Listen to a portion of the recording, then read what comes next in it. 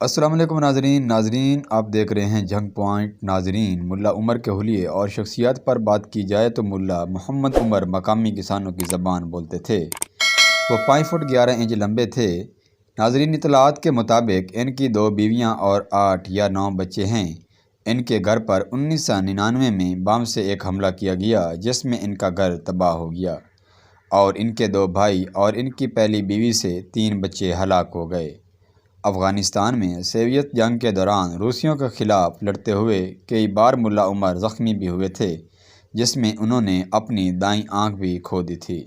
معروف پاکستانی صحافی اولیاء مقبول جان کا ملا عمر کی شخصیات کے متعلق کہنا ہے کہ میں 1988 میں چمن میں ہوتا تھا، وہاں اکثر قبائلی لڑائیاں ہوا کرتی تھیں۔ ایک مرتبہ جب نورزئی اور اچکزئی قبیلے کے درمیان لڑائی ہو رہی تھی تو میں نے ملا عمر کو دیکھا کہ بہت پریشان تھے۔ وہ ہمیشہ اس بات سے دکھی ہوتے تھے کہ میری قوم آپس میں کیوں ایک دوسرے سے لڑ رہی ہے۔ ملا عمر نے جب ابتدا میں افغانستان پر قبضہ کیا تو سب سے پہلے صوبہ قندھار سے شروع کیا۔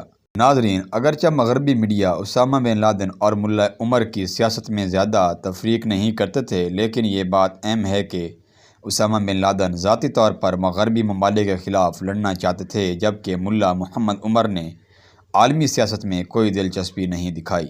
انہوں نے اپنا پہلا غیر ملکی ریڈیو انٹرویو BBC کو پشتو سروس میں 25 فروری 1998 کو دیا۔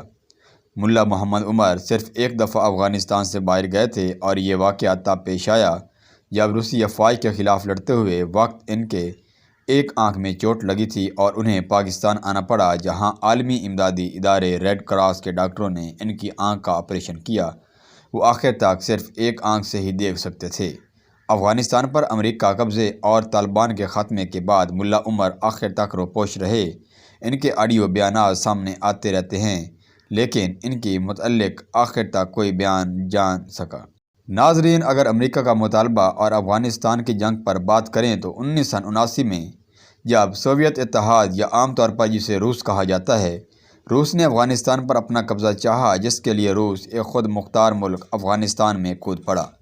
اسی بات نے پوری اسلامی دنیا کو ہلا کر رکھ دیا۔ اسی کے نتیجے میں روسیوں سے نمٹنے کے لیے مجاہدین کی تنظیم وجود میں آئی، جس کو پاکستان، سعودی عرب، امریکہ سمیت بیشتر اسلامی ممالک نے امداد فراہم کی۔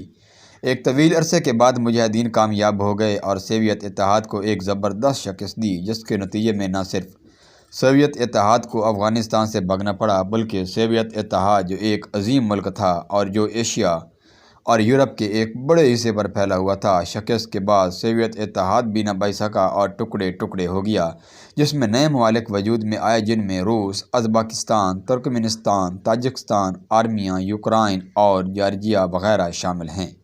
ایک طویل لڑائی اور خون ریزی کے بعد افغان مجاہدین جب فتح یاب ہوئے تو افغانستان میں اسلامی امارات افغانستان قائم ہوا، جس کو پاکستان اور سعودی عرب نے کھل کر تسلیم کیا۔ اس کے بعد سانیہ 11 ستمبر 9/11 پیش آیا، جس کا الزام امریکہ نے اسامہ بن لادن پر لگایا۔ اسامہ نے جا کر افغانستان میں پناہ لی۔ یاد رہے کہ اس وقت اسلامی امارات افغانستان کی حکومت مجاہدین یا افغان طالبان کے ہاتھوں میں تھی، جس کی قیادت ملا محمد عمر کر رہے تھے۔ امریکہ نے ملا محمد عمر سے مطالبہ کیا کہ وہ اسامہ بن لادن کو امریکہ کے حوالے کر دے، ورنہ انجام برا ہوگا۔